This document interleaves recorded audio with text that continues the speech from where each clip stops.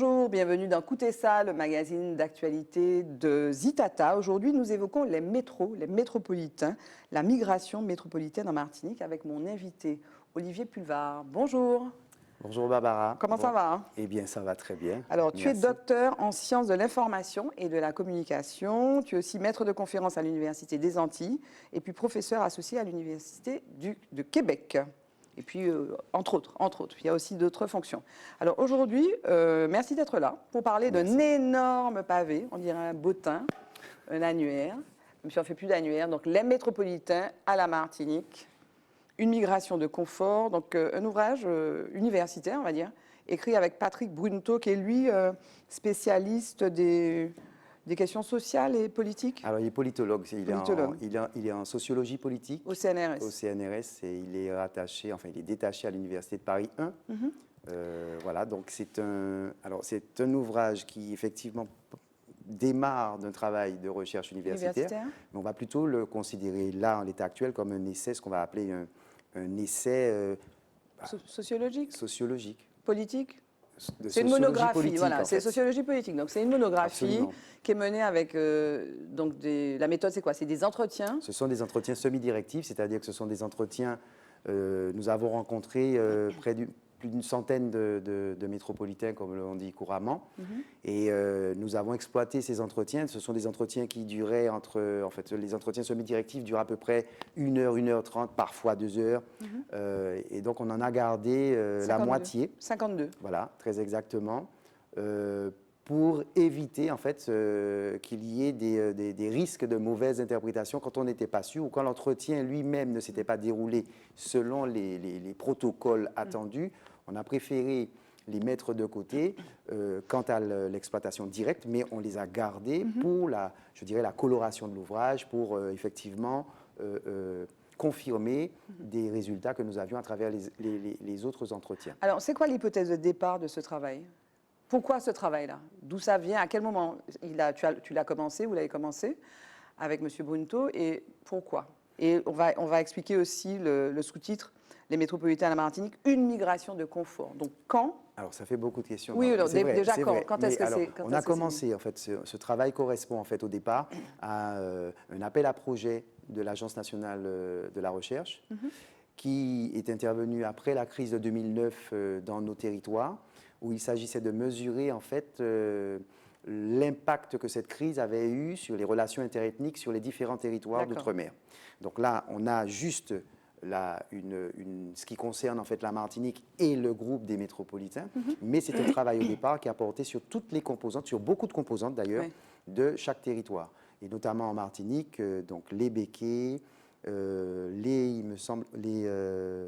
évidemment les Martiniquais, il y a eu un travail là-dessus, notamment ceux qui partent à l'émigration, ceux qui émigrent, qui partent en France. Et puis il y a eu aussi un groupe d'étrangers, les Haïtiens également, on a travaillé là-dessus.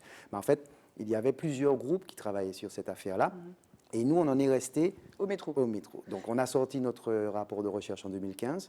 Et puis, on s'est dit qu'on ne pouvait pas. Donc, Patrick Brunto et moi, nous nous sommes dit que nous ne pouvions pas laisser...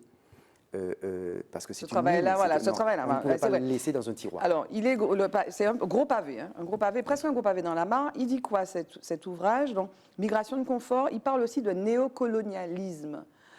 Pourquoi dans ce livre, tu parles en fait, comme si ce sont à la fois le produit, les métros, donc qui migrent, qui viennent ici, le produit de néocolonialisme. Et peut-être aussi des agents de ce néocolonialisme. Même des agents dormants ou des agents qui s'ignorent. Alors, qu'est-ce qu'il faut en penser? Donc, néocolonialisme, pourquoi? En fait, la thèse que nous défendons dans ce travail, c'est que la migration est aussi un instrument politique. La migration, telle qu'elle est envisagée par la France, qu'il s'agisse des départements ou des territoires ou autres, cette migration n'est pas innocente.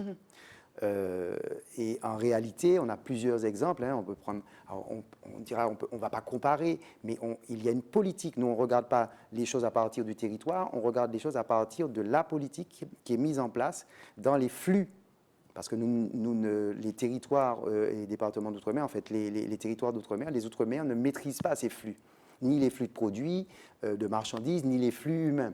Donc, en réalité, l'État a une responsabilité, donc une responsabilité dans la manière dont les choses se déroulent.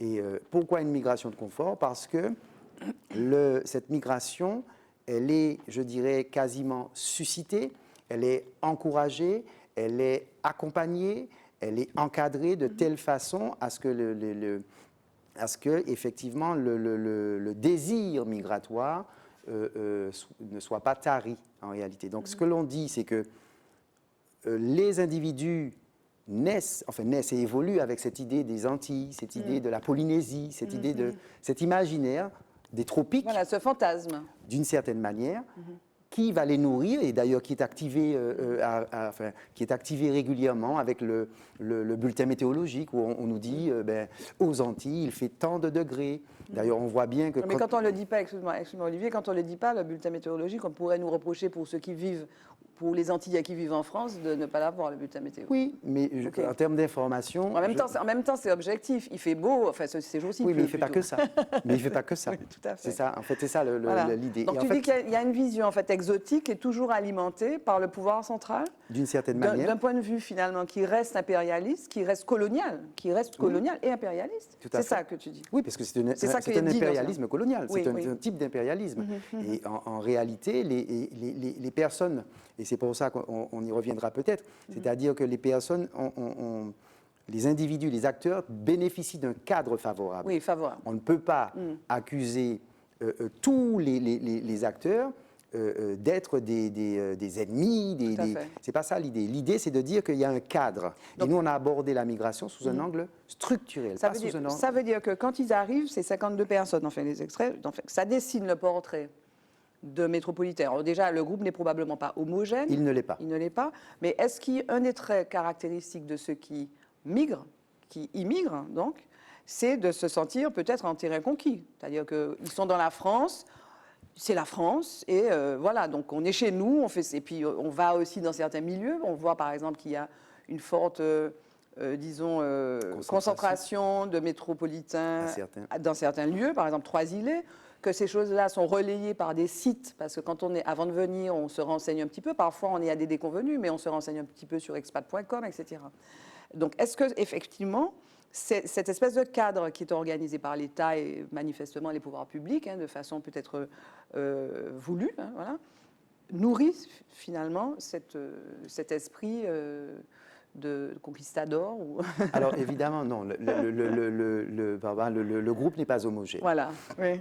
Et donc, évidemment, il y a ceux qui vont venir, ceux qui viennent chez nous parce qu'ils ont bénéficié d'une affectation. Oui. Donc, je parle de tous les fonctionnaires. Et donc, ceux-là, ce sont des périodistes, c'est-à-dire que ce sont des gens qui vont avoir effectivement, qui vont occuper une fonction, qui vont la remplir. Voilà. Mais ça ne veut pas dire que parce qu'on est, par exemple, parce qu'on est garde mobile, que l'on est forcément raciste. On occupe une fonction. Il y a ceux qui font la différence entre j'ai un métier, j'ai une profession, mais je suis un humain et je suis dans un lieu, etc. Ceci étant dit, effectivement, le système va favoriser cette forme, cette idée de la migration, c'est-à-dire une migration qui est une migration particulière. Oui. Parce que ces migrants-là n'ont pas du tout les mêmes comment dirais-je, préoccupations que tous les migrants, par exemple, de la Caraïbe ou d'autres endroits, ou non européens. Mais ce sont des migrants français aussi. Ce sont voilà, ils migrent, mais ils migrent dans un territoire français. Par conséquent, ils sont dans une position favorable parce qu'il y a un système formel qui est le système français, c'est le nôtre, et puis un système informel qu'ils vont découvrir. Donc le système informel, c'est nous, c'est la façon de fonctionner dans le pays, c'est comment ça se passe, etc., etc. Les confrontations qu'ils vont avoir, les codes qu'ils ne maîtrisent pas. Et ça, je dirais, c'est une ressource personnelle qu'ils auront par rapport à leur expérience, leur vécu, ceux qui ont déjà voyagé, ceux qui ont des parents à l'étranger, etc. Et eux, certains vont comprendre les codes. Certains aussi sont proches des Antillais ou des Martiniquais, et à ce moment-là, ils vont entrer dans la famille, ils vont entrer dans le groupe. Donc, toutes les configurations sont possibles. Il y a même les néo-Martiniquais. Absolument. Mais la plupart s'intègrent ou pas? Parce que tout à l'heure, je faisais référence effectivement aux Trois-Îlets qui est identifié, enfin la commune identifiée comme une concentration de métropolitains.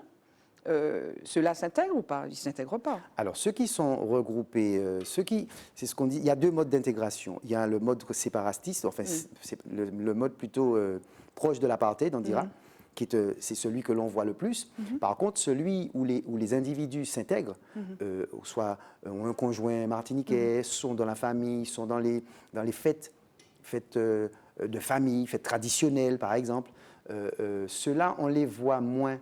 Évidemment, on les voit moins parce que d'abord, ils n'ont pas à se faire voir, finalement, ils n'ont pas à revendiquer, ils ne revendiquent pas d'être martiniquais, ils savent qu'ils ne le sont pas, mais ils sont très proches des réalités martiniquaises. Et donc, du coup, ça ne pose pas de problème, mais on n'a pas de chiffres. Tu sais qu'il n'y a pas de statistiques ethniques, on n'a que des estimations, et là-dessus, on peut difficilement tirer des conclusions. Mais globalement, il y en a qui s'intègrent, il n'y a aucun problème. Et puis il y en a d'autres, bon, mais leur projet n'était pas de s'intégrer. Et c'est ça aussi oui, il y en a dans le projet. Tu as des migrants qui viennent. Je prends les gens de République dominicaine, les Haïtiens, et les autres, les Chinois. Enfin, on a eu des vagues de migration. La question, c'est pourquoi, par exemple, les Syro-Libanais, pourquoi tous ces gens, finalement, ils sont intégrés. Oui. Et ils parlent peut-être généralement plus facilement, on parlait de code, ils vont parler plus facilement créole que français d'ailleurs. Oui. Donc, et là, on a des, quand on regarde, quand on compare les situations de migrants, finalement, on a une migration qui n'est pas obligée d'intégrer les codes de la société d'accueil, ce qui rend les choses très compliquées. Mais c'est pour ça que tu parles de migration de confort, parce que souvent, enfin certains restent effectivement, mais souvent, ils ont le projet de repartir. Ah oui, et ils repartent dans d'autres outre-mer. Ils n'ont pas forcément vocation à revenir ou à aller vers... Ce sont des migrants professionnels dans l'espace français. Eh bien, c'est pour ça qu'on parle il y a un empire, et cet empire-là profite, encourage ce type de comportement. Après, quand on rentre, d'ailleurs on le voit dans les entretiens, quand on entre dans le détail, quand on prend contact avec la personne, enfin avec l'enquêté, on se rend compte qu'il y a pléthore de profils, de profils. Alors, est-ce que tu dirais que cette migration est de moins en moins tolérée? Et c'est vrai qu'on l'entend, on entend ça, oui, enfin, il y a beaucoup de blancs ou de métros, ils sont tous concentrés quelque part. Alors, je veux citer juste un extrait de ton ouvrage. Ils sont tous à Trois-Îles et au Diamant, donc c'est dans l'ouvrage que c'est dit, c'est un interviewé. Ils nous prennent les terres, ils sont privilégiés, ils obtiennent des emplois que les Noirs n'obtiennent pas dans les entreprises béquées notamment. Il n'y a que des métros, dans les administrations déconcentrées, il n'y a que des métros, etc. Est-ce que cette perception-là, finalement, elle est comment dire, elle est aussi celle des métros, cette perception Elle l'est dans une certaine mesure. Pourquoi? Parce que effectivement, tout ce qui fait... Parce qu'il faut quand même dire qu'on a une société, même si c'est une société d'accueil qui n'a pas la possibilité d'accueillir comme une vraie société, entre guillemets, puisqu'elle n'est pas souveraine. En réalité, il y a comme d'habitude, il y a sur place des systèmes qui permettent d'exclure. Et par exemple, on va remarquer que dans les collectivités territoriales, on ne trouve pas beaucoup de métropolitains. Oui. Et ça, c'est une réponse. C'est une réponse qui est faite à la fois à l'État qui finalement envoie des fonctionnaires qui sont essentiellement métro, ou même les administrations d'ailleurs, qui reçoivent leurs cadres, leurs agents de l'extérieur, de l'Hexagone. Et sur place, on a des systèmes, des dispositifs de riposte qui font que, par exemple, dans certaines collectivités, mairies, même collectivités territoriales, on ne va pas trouver énormément de métros. Alors précisément, quel doit être l'usage de ton livre? S'il s'adresse au grand public, certes. Ah oui, mais tu parlais des collectivités, l'État par exemple. Oui, l'État, les élus, oui. Enfin, l'idée, c'est aussi, nous, on l'a fait aussi pour que Monsieur tout le monde, on l'a quand même. Il y a des aspects théoriques et des aspects un peu plus je dirais, plus empiriques, plus accessibles. L'idée, c'est aussi de changer le regard sur une réalité qui est une réalité sociopolitique réelle, qui est que effectivement, parce que ça n'arrange pas non plus, il faut le savoir, c'est pour ça qu'on disait que ce n'était pas homogène, il y a énormément de métropolitains qui sont dérangés par ce qui se passe, ce qui est créé, ce qui est causé par certains de leurs compatriotes en réalité. Ils sont très gênés parce qu'ils ont envie de vivre tranquille, ils ont envie de collaborer avec les gens, ils ont envie d'apprendre, de découvrir. Et tout ce qui concerne les interactions un peu violentes, un un peu conflictuels, ça les met en difficulté. Et ils ne comprennent pas parce qu'ils savent, eux, ils savent en fait qu'ils ne sont pas dans la même France qu'ils ont quittée. Même s'ils sont en France, ils savent qu'ils ne sont pas dans la même France. Par contre, il y a un groupe qui va vouloir absolument, enfin, qui va toujours critiquer, en métropole, c'est pas comme ça, ça se passe pas comme ça. Mais non. Mais je veux dire, métropole, la métropole n'existe pas en réalité.